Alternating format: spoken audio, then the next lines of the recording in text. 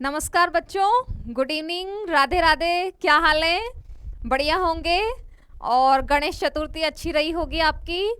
आज हम एक नया वर्ड स्टार्ट कर रहे हैं, मैम। मैंने आपको 2 वर्ड पढ़ाए हैं, एक तो लीवर पढ़ाया था और एक मसल्स के बारे में पढ़ाया था। दोनों की नोट्स हिंदी और इंग्लिश दोनों लैंग्वेज के अंदर मैंने टेलीग्राम चैनल पर अपलोड कर दिया है पीडीएफ को, तो आप वहां से ले लेना। अब आज हम एक नया वर्ड स्टार्ट कर रहे हैं। ये है मैम। मैम शब्द स्टार्ट कर रहे हैं अपन। मैम शब्द होता है स्तनों के लिए। मैम शब्द किसके लिए होता है? स्तनों के लिए। तो स्तनों को धारण करने वाले क्या कहलाते हैं? स्तनधारी। स्तनों को धारण करने वाले, स्तनों को धारण करने वाले क्या कहलाते हैं? स्तनधारी करने वाले मैमल्स कहलाते हैं, स्तनधारी कहलाते हैं। मैमल्स या स्तनधारी कहलाते हैं। जैसे ना मैंने तुम्हें स्टार्टिंग में बताया था ना, अध्ययन के लिए लॉजी लगाते हैं, उपकरण के लिए मीटर लगाते हैं, जांच करने के लिए ग्राफी लगाते हैं। तो वैसे ही महिलाओं, दुनिया में तो सबसे ज्यादा लंग्स कैंसर होता है। महिलाओं में सबसे ज्यादा कौन सा कैंसर होता है? ब्रेस्ट कैंसर होता है। और महिला स्तन कैंसर की जांच क्या कहलाएगी? मैंने तुम्हें बताया है कि मैम वर्ड होता है साइंस में स्तनों के लिए। तो महिला स्तन कैंसर की जांच, महिला स्तन कैंसर की जांच, महिला स्तन कैंसर की जांच क्या कहलाती है? जांच के लिए क्या लगाओगे? ग्राफी। और मैम वर्ड है ना, तो महिला स्तन कैंसर की जांच क्या कहलाती है? मैमोग्राफी। समझ गए क्या? स्तनों को धारण करने वाले क्या कहलाते हैं? मैमल्स, स्तनधारी। और महिला स्तन कैंसर की जांच क्या कहलाएगी? मैमोग्राफी। मैंने आपको बताया था कि जांच के लिए क्या लगाओगे? ग्राफी लगाओगे। अब देखो, फिर मैंने किसी को भी ना, जैसे पक्षी होते हैं ना, आकाश में उड़ते हैं, तो उनको रखा गया है एवीज वर्ग के अंदर। आप और मैं स्तनधारी में आते हैं, मैमल्स में आते हैं ना। तो अपने को मैमल्स में क्यों रखा गया है? अपने अंदर ऐसे कोई फीचर्स होंगे ना, तभी तो अपने को मैमल्स में रखा गया है। जैसे मेंढक होता है, उसको तो जल और थल में रहता है, तो उभयचर वर्ग में रखा गया है। तो सभी को अपने फीचर्स के अकॉर्डिंग अलग अलग वर्ग में डिवाइड किया गया है। तो अपना वर्ग कौन सा है? मैमल्स या स्तनधारी। अब स्तनधारियों में क्या लक्षण होते हैं, क्या कैरेक्टर्स पाए जाते हैं, ये तो मुझे आप भी बता सकते हो। बताओ। हाँ बिल्कुल, स्तनों को धारण करते हैं, बिल्कुल सही आंसर दिया। स्तनधारी क्या होते हैं? स्तनों को धारण करते हैं। और इसके अलावा बताना, स्तनों को धारण करते हैं। सेकंड, सेकंड, हाँ बिल्कुल सही बोला आपने। स्तनधारी क्या पैदा करते हैं? बच्चे पैदा करते हैं। अरे भाई, अब ये मत बोलना कि मैडम बच्चे तो सभी करते हैं। भाई देखो है ना, कुछ ऐसे भी होते हैं जो अंडे देते हैं ना, जैसे छिपकली हैं या मुर्गियां होती हैं, ये सब अंडे देते हैं ना। और अपने डायरेक्ट क्या होते हैं? बच्चे होते हैं। तो बच्चे डायरेक्ट पैदा कर रहे हैं, वो क्या होते हैं? मैमल्स। इसके अलावा एक और फीचर है जो आपको आता है। हाँ बिल्कुल सही बोला है तुमने। शरीर पर क्या पाए जाते हैं? बाल। स्तनधारियों के शरीर पर क्या होते हैं? बाल। शरीर पर बाल पाए जाते हैं। देखो है ना, अपने शरीर के चारों ओर बालों का आवरण होता है। और इस बालों के आवरण को क्या बोलते हैं? पैलेज। स्तनधारियों के शरीर के चारों ओर बालों का आवरण होता है। और इस हेयर्स की कवरिंग को क्या बोलते हैं? पैलेज। बालों के आवरण को पैलेज कहते हैं। आपसे ऐसे क्वेश्चन पूछेंगे, मैं क्वेश्चन बता रही हूँ, ये जो लिखा है ना, इसमें से आपसे पूछेंगे महिला स्तन कैंसर की जांच क्या कहलाती है? मैमोग्राफी। अब ये स्तनधारियों में से आपसे पूछ ले कि निम्न में से कौन सा लक्षण स्तनधारियों में होता है? तो जब होता है पता है, तो नहीं होता है तो पहचान जाओगे ना। ऐसे लिखेंगे कि अंडे देते हैं स्तनधारी, तो फिर ये नहीं होगा। लेकिन इसका भी एक एक्सेप्शन है, अभी बताऊंगी। स्तनधारी फर्स्टली तो स्तनों को धारण करते हैं, सेकेंडली बच्चे पैदा करते हैं, थर्ड अपन ने क्या लिखा है? शरीर पर क्या होते हैं? बाल। ये आप जानते भी थे, आपने बिल्कुल सही आंसर दिए हैं। स्तनधारियों के शरीर के चारों ओर जो बालों का आवरण होता है, इसको क्या कहते हैं? पैलेज। इतना समझ गए? आप देखो, फोर्थ फीचर बताती हूं मैं आपको, चौथा लक्षण। स्तनधारियों का चौथा लक्षण क्या होता है? अपने अंदर क्या पाए जाते हैं? कर्ण पल्लव। कर्ण पल्लव पाए जाते हैं। व्हाट इज कर्ण पल्लव? Ear pinna. What is ear pinna? अपने क्या पाए जाते हैं? कर्ण पल्लव, ईयर पिन्ना। कान, कान को ही बोलते हैं क्या ईयर पिन्ना? नहीं, कान को ईयर पिन्ना नहीं बोलते हैं। कान अंदर होता है जिससे अपन सुनते हैं। ये जो बाहर दिख रहे हैं ना, जिस पे अपन चश्मा टंगाते हैं, ये होते हैं ईयर पिन्ना। और ईयर पिन्ना, कर्ण पल्लव अपने अंदर कैसे अंग होते हैं? अपने अंदर होते हैं अवशेषी अंग। ये अपने अंदर कैसे अंग होते हैं? अवशेषी अंग, रेसिडुअल ऑर्गन। ये अवशेषी अंग क्या चीज आ गई भाई? अब आप यही तो बोलोगे ना कि मैडम अवशेषी अंग क्या होते हैं। देखो है ना, कान जिससे अपन सुनते हैं ना, वो अंदर होता है। कान अंदर होता है। ये जो बाहर दिख रहे हैं ना, अरे महिलाएं इतना वजन टांग लेती है ना, ये ईयर पिन्ना होते हैं। ये ईयर पिन्ना का काम सुनना नहीं होता है। अपने अंदर ईयर पिन्ना कैसे अंग होते हैं? अवशेषी। अवशेषी अंग क्या होते हैं वो अभी बताती हूँ, सुनो पहले। ईयर पिन्ना है ना, पूर्ण विकसित होते हैं गाय भैंसों के, जो ऐसे ऐसे हवा करती रहती है ना, मक्खी मच्छर उड़ाती रहती है। अब भगवान को पता था अपने पास सारी सुख सुविधाएं हैं, पंखे हैं, कूलर हैं, ऐसी है, अपने को ऐसे ऐसे हवा करने की जरूरत ही नहीं थी। इसलिए अपने ईयर पिन्ना को रिड्यूस करके और अवशेष के रूप में दे दिया है, जो केवल महिलाओं के खर्चा करने के काम आते हैं और आपके ये चश्मा टांगने के काम आते हैं। यदि ईयर पिन्ना नहीं होंगे तो क्या होगा? खाली चश्मा नहीं टंगेगा, क्योंकि सुनते तो अपन अंदर से हैं। तो ईयर पिन्ना अपने अंदर कैसे अंग है? अवशेषी अंग है। फिर एक और चीज बता देती हूँ। जब मैंने आपको पहले दिन सिलेबस बताया था ना, तो मैंने आपको एक टॉपिक बताया था, वहां पर जैव विकास। विकास के अंदर ये आता है कि मनुष्य का विकास कैसे हुआ था। उसी में ही एक साइंटिस्ट आता है लेमार्क। लेमार्क का एक बहुत फेमस एक्सपेरिमेंट है जिराफ की गर्दन वाला, वो आपने सुना भी होगा, मैं आपको पढ़ाऊंगी। ये जो अवशेषी अंग है ना, रेसिडुअल ऑर्गन्स के बारे में किसने बताया था? लेमार्क ने। अवशेषी अंगों के बारे में किसने बताया था? लेमार्क ने। लेमार्क ने बताया था कि जो अंग काम आते हैं वो तो क्या हो जाते हैं? विकसित। और जो अंग काम नहीं आते हैं वो धीरे धीरे क्या हो जाते हैं? लुप्त। तो ये ईयर पिन्ना अपने अंदर अवशेषी अंग है, काम इनका कोई वैसे बहुत ज्यादा यूटिलाइजेशन भी नहीं है। और अवशेषी अंगों के बारे में किसने बताया था? लेमार्क ने। ये अपन स्तनधारियों के फीचर्स पढ़ रहे हैं ना, ये फोर्थ फीचर लिखा है। फिफ्थ देखो, स्तनधारियों का पांचवा लक्षण। स्तनधारियों में क्या पाया जाता है? डायफ्राम। डायफ्राम पाया जाता है। अब आप ये कहोगे कि मैम ये डायफ्राम क्या होता है? डायाफ्राम पाया जाता है।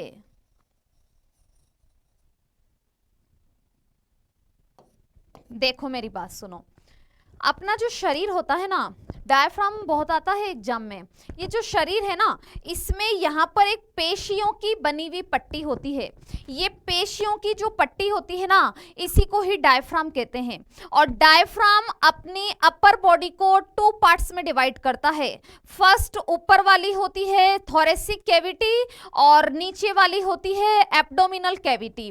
तो देखो डायफ्राम होती है, इसका चित्र बना के बताती हूं मैं आपको। ये अपना शरीर है।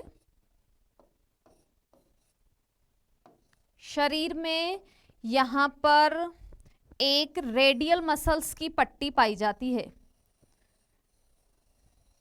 मसल्स की पट्टी होती है ये, रेखीय पेशियों की, रेडियल मसल। और ये पेशियों की रेडियल मसल की, रेडियल मसल की एक पट्टी होती है ये डायफ्राम। और ये रेडियल मसल की जो पट्टी होती है वो अपने शरीर को कितने भागों में डिवाइड करती है? 2 पार्ट्स में डिवाइड करती है। अपर वाला कौन सा होता है? वक्ष गुहा, थोरेसिक कैविटी। नीचे वाला कौन सा होता है? उदर गुहा, एब्डोमिनल कैविटी। समझ गए क्या? ये जो रेडियल मसल की लेयर है ना, इसी को ही क्या कहते हैं? डायफ्राम। इसी को ही डायफ्राम कहते हैं। समझ गए क्या? यहाँ तक कुछ समझे क्या? ये रेडियल मसल्स की एक लेयर होती है जो अपने शरीर को कितने पार्ट्स में डिवाइड करती है? 2 पार्ट्स में डिवाइड करती है। ऊपर वाला होता है वक्ष गुहा, नीचे वाला होता है उदर गुहा। ये वाली रेडियल मसल्स की लेयर है, ये है अपर बॉडी और लोअर बॉडी के बीच में। इतना समझ गए? एग्जाम में क्वेश्चन ये आता है डायफ्राम का क्या काम है, डायफ्राम किस में हेल्प करता है? तो देखो डायफ्राम का कार्य, वर्क ऑफ डायफ्राम, डायफ्राम का कार्य। डायफ्राम किस में हेल्प करता है? डायफ्राम हेल्प करता है श्वसन में, रेस्पिरेशन में। डायफ्राम श्वसन में हेल्प करता है और मूत्र त्याग में, मूत्र त्याग, मेक्चुरेशन, मूत्र त्याग होता है मेक्चुरेशन। इसके अलावा मल त्याग, डिफिकेशन, मल त्याग या डिफिकेशन में हेल्प करता है। प्रसव में हेल्प करता है, पार्ट्रीशन में। तो रेस्पिरेशन में, मेक्चुरेशन में, डिफिकेशन में, पार्टीशन में कौन हेल्प करता है? डायफ्राम। ये डायफ्राम की वर्क हैं। अब देखो स्तनधारियों के बारे में एक बार वापस से रिवाइज करते हैं। अपन ने क्या पढ़ा है? मैंने आपको 2 वर्ड पहले पढ़ाए हैं, लीवर पढ़ाया है और मसल्स के बारे में पढ़ाया है। थर्ड वर्ड अपन ने कौन सा स्टार्ट किया है? मैम। ये जो वर्ड्स पढ़ा रही हूं ना, इनकी एक एक लाइन क्वेश्चन है, एग्जाम में आए हुए हैं और जो नई चीजें पढ़ा रही हूं वो आने वाली हैं। और मैंने तुम्हें फर्स्ट डे भी बोला था कि जो ओल्ड स्टूडेंट पढ़ रहे हैं उनको 100% नई चीजें मिलेंगी, लेकिन नई चीज स्टार्टिंग में नहीं मिलेंगी, आपको लास्ट तक बना रहना पड़ेगा, क्योंकि कोई भी टॉपिक स्टार्ट तो अपने को 0 से ही करना पड़ता है ना। देखो तो स्तनों को धारण करने वाले क्या कहलाते हैं? मैमल्स। महिलाओं में सर्वाधिक कौन सा कैंसर होता है? स्तन कैंसर। तो महिला स्तन कैंसर की जांच क्या कहलाएगी? मैमोग्राफी। स्तनधारियों के कैरेक्टर्स क्या होते हैं? स्तनों को धारण करते हैं, बच्चे पैदा करते हैं। अब आप कहोगे बच्चे तो मैडम सभी पैदा करते हैं, तो भाई कुछ अंडे भी देते हैं, इसलिए बच्चे पैदा करने वाले अलग होंगे, अंडे वाले अलग होंगे। शरीर पर क्या पाए जाते हैं? बाल। और बालों का आवरण क्या कहलाता है? पैलेज। आप ये ध्यान रखना, आपसे पूछेंगे मनुष्य के शरीर पर पाया जाने वाला बालों का आवरण क्या कहलाता है? पैलेज कहलाता है। पहली बार देखा होगा आपने ये सवाल ही। और स्तनधारियों में क्या होते हैं? ईयर पिन्ना, कान अंदर है जिनसे अपन सुनते हैं। एक और क्वेश्चन बताती हूँ, यहाँ पर कान की बात आ गई है तो क्वेश्चन आया हुआ भी है एग्जाम में। कान का काम क्या है? अब तुम ये आंसर दोगे ना, कान का काम सुनना है, तो ये क्वेश्चन नहीं आएंगे भाई, ये मूर्खों वाले सवाल अब एग्जाम में आएंगे कि कान का काम सुनना होता है। कोरोना में भारी बेरोजगारी फैल गई है, कंपटीशन बढ़ गया है, ये नहीं आएंगे कान का काम सुनना, आँख का काम देखना। कान का काम सुनना भी होता है और शरीर का संतुलन बनाए रखना भी होता है, बॉडी बैलेंस करना भी होता है। ये एग्जाम में आएगा। कान का काम शरीर का संतुलन बनाए रखना भी होता है। ईयर पिन्ना एक अवशेषी अंग है। अवशेषी अंगों के बारे में किसने बताया था? लेमार्क ने। फिर स्तनधारियों में क्या होता है? डायफ्राम। डायफ्राम कहां पर है? तो इसके लिए अपन ने चित्र बनाया है। ये रेडियल मसल की एक लेयर होती है जो अपनी बॉडी को कितने पार्ट्स में डिवाइड करती है? 2 पार्ट्स के अंदर डिवाइड करती है। Upper one is thoracic cavity, lower one is abdominal cavity, वक्ष गुहा और उदर गुहा। फिर देखो मैंने आपको डायफ्राम की वर्क बताया है। डायफ्राम हेल्प करता है रेस्पिरेशन के अंदर, मूत्र त्याग मेक्चुरेशन के अंदर, मल त्याग डिफिकेशन के अंदर, प्रसव में हेल्प करता है पार्टीशन के अंदर। समझ गए? अब देखो मेरी बात सुनो, मैं कुछ ऐसे नाम लिख रही हूँ स्तनधारी, जैसे गाय, भैंस, गधे, घोड़े, ये स्तनधारी हैं। कुत्ता, बिल्ली, ये आप सब जानते हो। मैं कुछ ऐसे स्तनधारियों के नाम लिख रही हूं जो आप नहीं जानते हो और एग्जाम में ये क्वेश्चन भी आता है। देखो फर्स्ट, ये तो सिंपल सवाल तो राजस्थान पुलिस में आया हुआ है कि ब्लू व्हेल क्या है। तो मेरी बात सुनो, ब्लू व्हेल एक क्या है? स्तनधारी। ब्लू व्हेल एक मैमल होती है, स्तनधारी होती है। इसके अलावा एक मैं क्या लिख रही हूँ? डॉल्फिन। डॉल्फिन भी मछली नहीं है, डॉल्फिन एक स्तनधारी है। अपन ने मैम वर्ड हेडिंग में लगाया है ना, तो ये सब अपन क्या लिख रहे हैं? स्तनधारी मैमल्स लिख रहे हैं। तो देखो देखो ब्लू व्हेल स्तनधारी है, डॉल्फिन स्तनधारी है, और एक आपने नाम भी शायद नहीं सुना होगा, पोर्पोइज। पोर्पोइज स्तनधारी होता है। इसके अलावा एक है सील, फिर मैं एक लिख रही हूँ वालरस। अभी इनका चित्र दिखा दूंगी मैं आपको सबका, तो आप याद हो जाएगा आपको। Blue whale, dolphin, पोर्पोइज, seal, walrus और चमगादड़। चमगादड़ ये सब क्या होते हैं? स्तनधारी। खरगोश तो स्तनधारी है, ये तो आपको पता ही है। खरगोश को रैबिट बोलते हैं ना, चमगादड़ होता है बैट। वालरस है ये, इसको हिंदी इंग्लिश दोनों में वालरस ही बोलते हैं। देखो अब इनके क्वेश्चन देखते हैं अपन। ये तो मैंने सारे स्तनधारियों के नाम लिखे हैं कि ब्लू व्हेल स्तनधारी है, डॉल्फिन स्तनधारी। एग्जाम में क्वेश्चन आता है ब्लू व्हेल क्या है? ब्लू व्हेल एक स्तनधारी है भाई, मछली नहीं है। डॉल्फिन एक स्तनधारी है, मछली नहीं है। चमगादड़ स्तनधारी है, मछली नहीं है। ये ध्यान रखना, ये क्वेश्चन आते हैं एग्जाम में। अब देखो blue whale, dolphin, पोर्पोइज, seal, walrus, चमगादड़, खरगोश, ये सब मैंने क्या लिखे हैं? स्तनधारी। अब इनसे रिलेटेड सबसे रिलेटेड क्वेश्चन लिखते हैं अपन। फर्स्ट में क्या लिख रही हूं? Blue whale. फर्स्ट मैंने लिखा है ब्लू व्हेल। अब देखो ब्लू व्हेल का तो फर्स्ट और फेमस क्वेश्चन आप जानते हो, संसार का सबसे बड़ा जलीय स्तनधारी कौन सा है? बिल्कुल राइट आंसर दिया है आपने, ब्लू व्हेल। और संसार का सबसे बड़ा स्थलीय स्तनधारी बताना, ये भी आपको पता है। संसार का सबसे बड़ा स्थलीय स्तनधारी, वेरी गुड, बिल्कुल सही आंसर दिया, अफ्रीकन हाथी। देखो ब्लू व्हेल संसार का सबसे बड़ा, लार्जेस्ट एक्वेटिक मैमल, सबसे बड़ा जलीय स्तनधारी। संसार का सबसे बड़ा जलीय स्तनधारी कौन सा है? ब्लू व्हेल, बिल्कुल सही आंसर दिया है आपने। और ब्लू व्हेल एक क्या है? स्तनधारी है। ब्लू व्हेल का वैज्ञानिक नाम बताती हूं मैं आपको। भाई ये जूलॉजी पढ़ रहे हैं ना अपन, तो सभी के जूलॉजिकल नेम होते हैं, सभी प्लांट्स के बॉटनिकल नेम हैं। जैसे आपका और मेरा भी तो साइंटिफिक नेम है ना, होमो सेपियंस सेपियंस। भाई वैसे मेरा नाम अलग है, आपका नाम अलग है, लेकिन यूनिवर्सली अपना वैज्ञानिक नाम सेम है, होमो सेपियंस सेपियंस। तो ब्लू व्हेल का वैज्ञानिक नाम है balaenoptera muscularis. Balaenoptera muscularis, balaenoptera musculus, balaenoptera musculus, ये इसका वैज्ञानिक नाम है, बैलेनोप्टेरा मस्कुलस।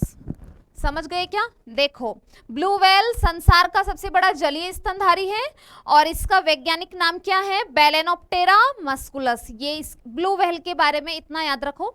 सेकंड अपन क्या पढ़ रहे हैं? डॉल्फिन।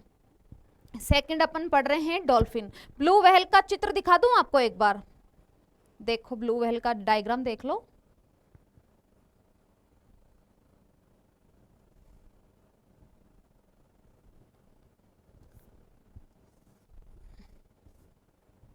ये रही, ये है ब्लू व्हेल, दिख रही है?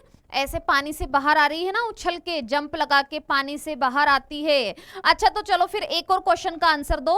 एसएससी जूनियर इंजीनियर में सवाल आया हुआ है, ब्लू व्हेल क्या है? स्तनधारी, ये तो मैंने आपको बताया है। डॉल्फिन क्या है? स्तनधारी, ये भी मैंने आपको बताया है। क्वेश्चन ये आया था ब्लू व्हेल बार बार पानी से बाहर क्या करने आती है? इस डायग्राम में दिख रहा होगा ना आपको, ऐसे जंप लगा के पानी से बाहर आती है, फिर अंदर जाएगी। तो ब्लू व्हेल पानी से बाहर, देख लो इसको अच्छे से, मोबाइल है ना, इसका सही जगह पे यूज किया करो। देखो हर चीज के दो मतलब वो होती है ना, दो साइड होती हैं। एक तो मोबाइल का बहुत ज़्यादा फायदा भी है और एक इसका बहुत ज़्यादा नुकसान भी है।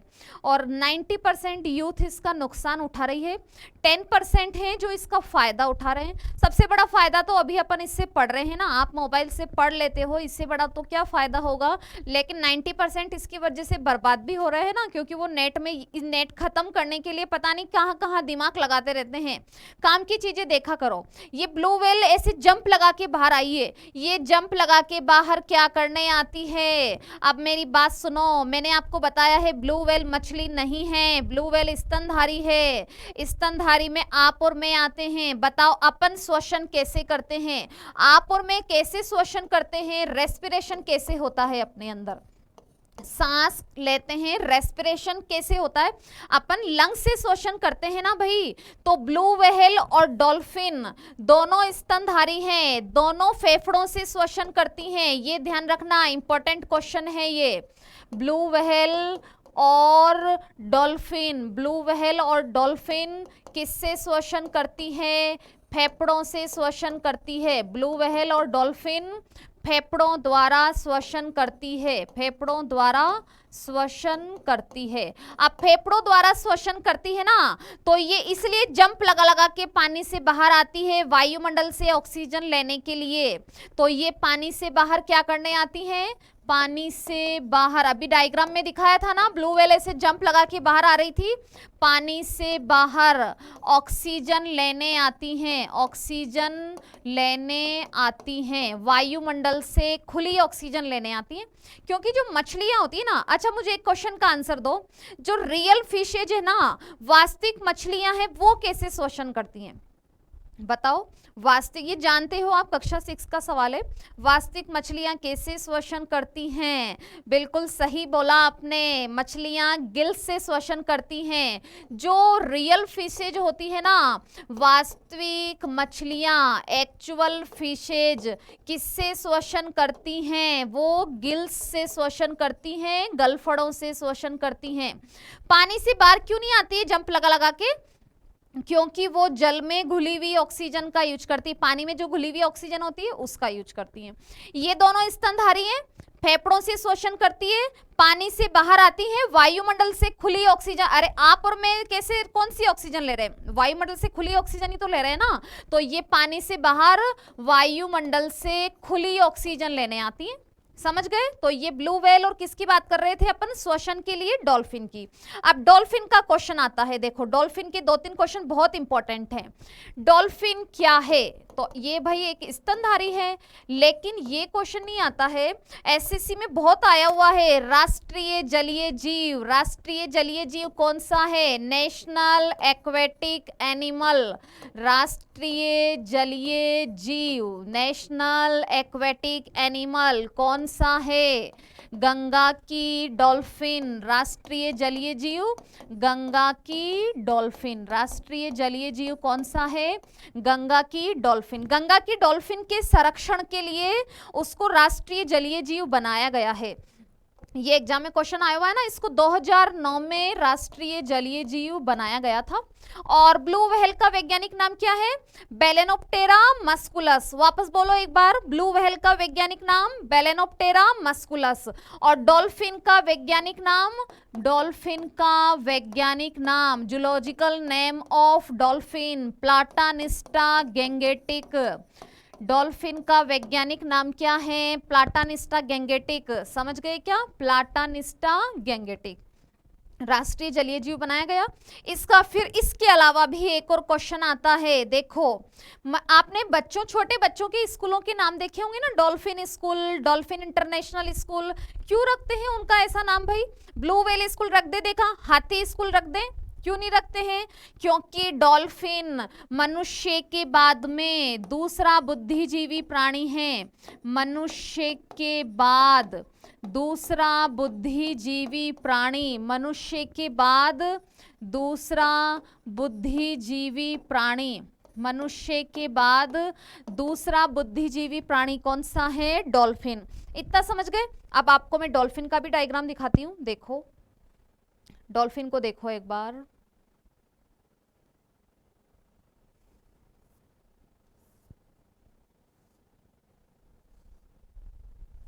ये रही, ये आ गई हमारी डॉल्फिन। दिख रहा होगा आपको? डॉल्फिन की स्ट्रक्चर बिल्कुल डिफरेंट है, ब्लू व्हेल से आगे से इसकी स्ट्रक्चर बिल्कुल डिफरेंट है।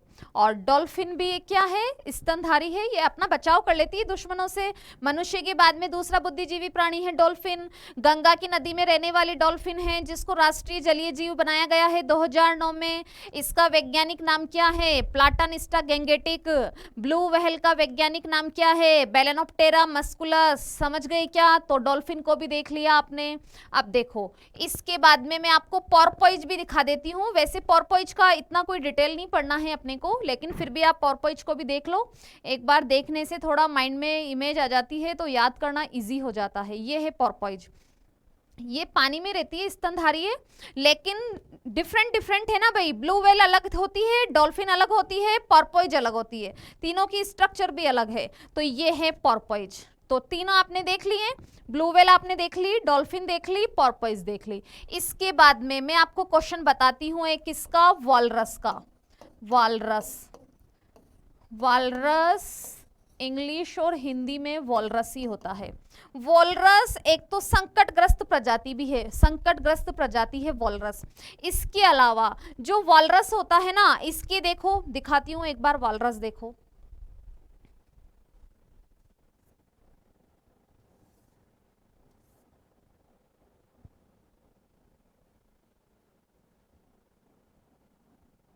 ये रहा, दिख रहा होगा। इसका एक क्वेश्चन है जो इंपॉर्टेंट है और इस चित्र में दिख रहा होगा आपको वो क्वेश्चन। देखो इसके ऐसे दो दांत आपको बाहर निकले हुए नजर आ रहे हैं। ये जो दो दांत है ना आपको ऐसे बाहर निकले हुए दिख रहे हैं, दिख रहे होंगे ना। ऐसे दो दांत हाथी के भी बाहर निकले होते हैं, हाथी भी स्तनधारी है।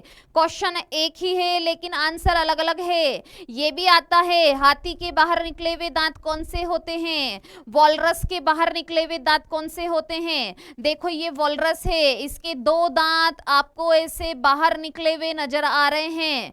वॉलरस के बाहर निकले हुए दांत ऊपरी जबड़े के कैनाइन होते हैं, अपर जो के क्या होते हैं, कैनाइन।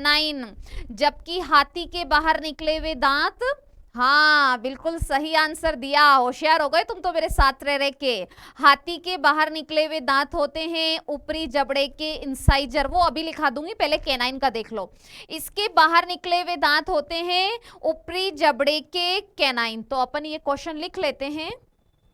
ये होता है वालरस के बाहर निकले हुए दांत, वालरस के बाहर निकले हुए दांत, बाहर निकले हुए दांत क्या होते हैं, ऊपरी जबड़े के इंसाइजर, सॉरी ऊपरी जबड़े के कैनाइन, ऊपरी जबड़े के कैनाइन, ऊपरी जबड़े के क्या होते हैं, कैनाइन। अब जब ये वाला क्वेश्चन अपन ने लिखा है ना, तो मैं एलिफेंट वाला भी आपको साथ ही लिखा देती हूँ। हाथी के दो दांत बाहर नहीं होते हैं, जो अपन कहते हैं कि दिखाने की कहावत ही बन गई है कि हाथी के दांत दिखाने के कुछ और, खाने के कुछ और। तो वॉलरस के तो बाहर निकले हुए दांत होते हैं कैनाइन ऑफ अपर जो, लेकिन एलिफेंट के बाहर निकले हुए दांत, हाथी के बाहर निकले हुए दांत, बाहर निकले हुए दांत, हाथी के बाहर निकले हुए दांत कौन से होते हैं, हाथी के बाहर निकले हुए दांत ऊपरी जबड़े के इंसाइजर होते हैं। क्या होते हैं, ऊपरी जबड़े के इंसाइजर। हाथी के बाहर निकले हुए दांत ऊपरी जबड़े के क्या होते हैं, इंसाइजर। इतना समझे क्या आप? एक बार वापस देख लो। देखो मैंने आपको ये बताया था कि मैमल्स होते हैं, तो मैमल्स के अंदर ये वाले फीचर्स होते हैं कि स्तनों को धारण करते हैं, बच्चे पैदा करते हैं, शरीर पर बालों, नया क्वेश्चन है ये, शरीर पर बालों का आवरण क्या कहलाता है, पेलेज। देखो ईयर पिन्ना कैसे अंग हैं, अवशेषी। अवशेषी अंगों के बारे में किसने बताया है, लेमार्क ने। बायोलॉजी वर्ड किसने दिया था, लेमार्क और ट्रेविरेनस ने। डायफ्राम किसको किस में डिवाइड करता है, बॉडी को thoracic cavity and abdominal cavity में डिवाइड करता है। डायफ्राम कौन सी मसल से बना होता है, रेडियल मसल से बना होता है। डायफ्राम किस में हेल्प करता है, रेस्पिरेशन में, मैच्यूरेशन में, डिफिकेशन में, पार्टीशन में, इन सब चीजों में हेल्प करता है। फिर मैंने आपको ये स्तनधारी लिखाए हैं, तो अपन इनके क्वेश्चंस पढ़ रहे हैं। ब्लू व्हेल से रिलेटेड मैंने आपको क्वेश्चन बताए, डॉल्फिन के क्वेश्चन बताए, पोर्पोइज को आपने देखा, सील, वॉलरस का इंपॉर्टेंट क्वेश्चन मैंने आपको बताया, बाहर निकले हुए दांत होते हैं, कैनाइन ऑफ अपर जो, चमगादड़ के भी क्वेश्चन बताती हूँ अभी, और खरगोश के भी क्वेश्चन हैं। ब्लू व्हेल संसार का सबसे बड़ा जलीय स्तनधारी, largest aquatic animal, sorry largest aquatic mammal, and इसका वैज्ञानिक नाम है बैलेनोप्टेरा मस्कुलस। ब्लू व्हेल को आपने देख लिया है। ब्लू व्हेल डॉल्फिन किससे श्वसन करती हैं? लंग्स से। पानी से बाहर क्या करने आती हैं? ऑक्सीजन लेने। वास्तविक मछलियां किससे श्वसन करती हैं? गिल्स से। कौन सी ऑक्सीजन का यूज करती हैं? जल में घुली हुई ऑक्सीजन का। गंगा की डॉल्फिन को क्या बनाया गया है? राष्ट्रीय जलीय जीव। कब बनाया गया? 2009 में। डॉल्फिन का वैज्ञानिक नाम प्लाटानिस्टा गैंगेटिक। मनुष्य के बाद में दूसरा बुद्धिजीवी प्राणी कौन सा है? डॉल्फिन। फिर वॉलरस का क्वेश्चन बताया मैंने आपको। वॉलरस के बाहर निकले हुए दांत कैनाइन ऑफ अपर जो, एंड एलिफेंट के बाहर निकले हुए दांत इंसाइजर ऑफ अपर जो। इतना आपने आज की क्लास में सीखा है। कल अपन इसको टॉपिक को आगे कंटिन्यू करते हैं। आज आप इतना पढ़ लेना। Thank you.